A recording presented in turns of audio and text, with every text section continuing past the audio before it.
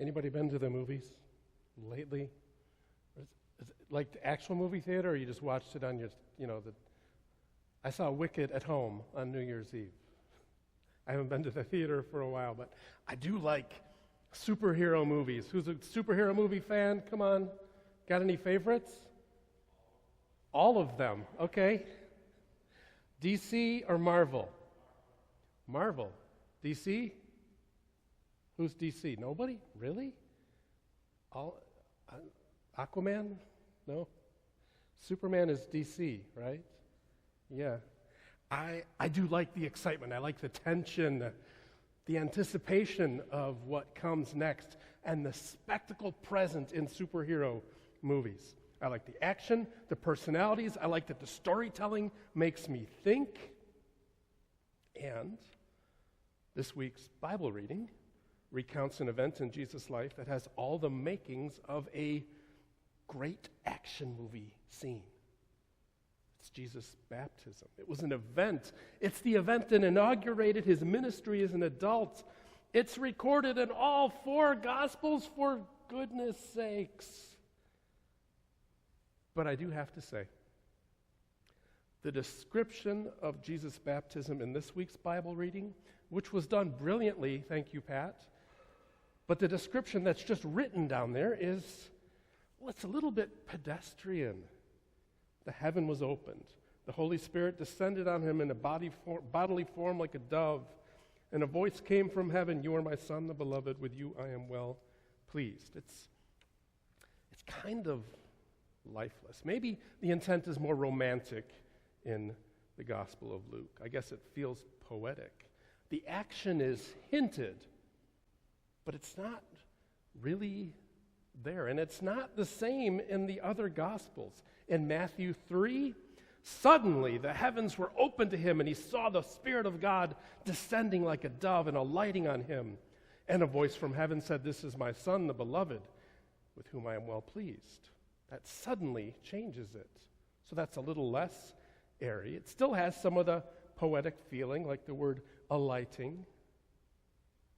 Other versions say landing, settling, but this description, everything does happen suddenly. It's a little bit more action-packed, but now let's look at the Gospel of Mark. Well, first let's look at John. John testified, "I saw the Spirit descending on heaven like a dove, and it remained on him." That's it. That's the baptism in John. A little flashback. It's mysterious, little science fiction-y. The poetic, romantic stuff is there, but it's still a little clouded. We don't get the full action of the event. But then there's Mark, Gospel of Mark. Oh, here we go. He saw the heavens torn apart and the Spirit descending like a dove on him. And a voice came from heaven, "You are my Son, the beloved. With you I am well pleased." The heavens were torn apart. That image is astounding and memorable. It makes the voice coming from heaven seem to be louder and stronger. It makes the dove descending to be less soft.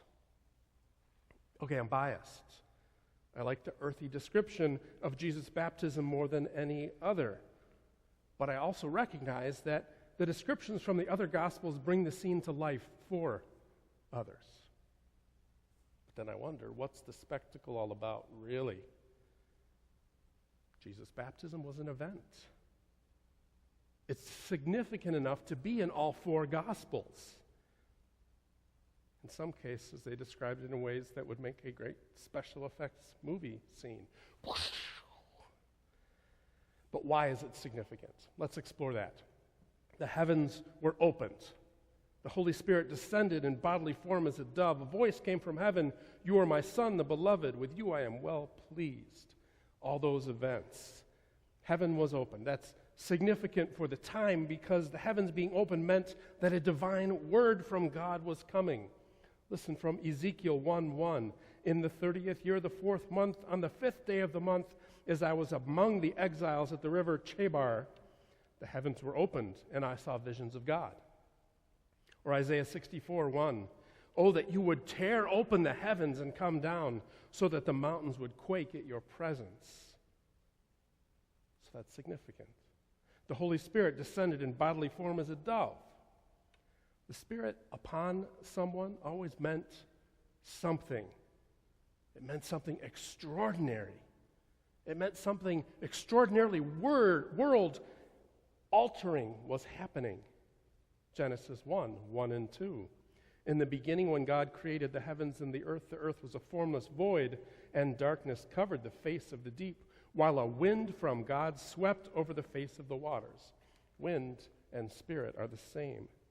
Isaiah 11:1 and 2.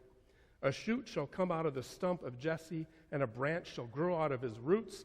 The Spirit of the Lord shall rest on him, the Spirit of wisdom and understanding, the Spirit of counsel and might, the Spirit of knowledge and the fear of the Lord. After Jesus' time on earth, it was the Spirit rushing in at Pentecost that we'll celebrate in June when it's warmer. That ushered in the beginning of the church. Acts 1 and 2. When the day of Pentecost had come, they were all together in one place. And suddenly from heaven there came the sound like the rush of a violent wind, and it filled the entire house where they were sitting. And the way that the Spirit's arrival on Jesus is describing it. It's being like in the bodily form of a dove. It seems to show that this world-altering episode isn't about domination or war, but it's about peace. The voice came from heaven and said, "You are my Son, the beloved. With you I am well pleased."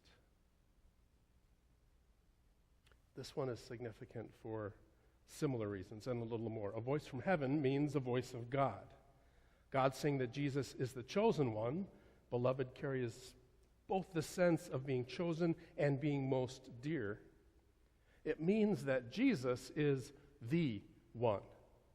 He's the one who is meant to bring good news to the poor, to release the captives, to give sight to the blind, to let the oppressed go free. That's what it means about Jesus. But what does it mean for us? Let me start the description again. Now, when all of the people were being baptized, and when Jesus also had been baptized, he was praying, the heaven was opened. There's a short phrase at the beginning that I haven't talked about yet. All the people. When all the people were being baptized, Jesus was with, is for, in support of, in solidarity with all the people. The Spirit descending on him in the form of a dove, something I said indicated peace, is also a reminder from the dove in the story in Noah and the dove book in the Bible, Jonah. Jonah means dove, a symbol to remind the reader of God's unconditional love. Jesus is with, for, in support of, in solidarity with all the people. Jesus was baptized in solidarity with all the people. Jesus is the friend to the ones who keep messing up. Jesus is the one who brings hope, forgiveness, restoration, healing, life, and love to the ones who have been forgotten, marginalized, exploited, rejected, and hated.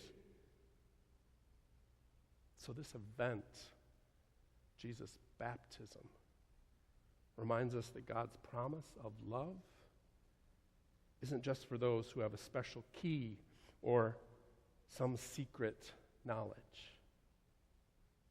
In Jesus, for all the people, the heavens are opened. Not an exclusive message, but an all-encompassing one for all the people. A Jesus in solidarity with all.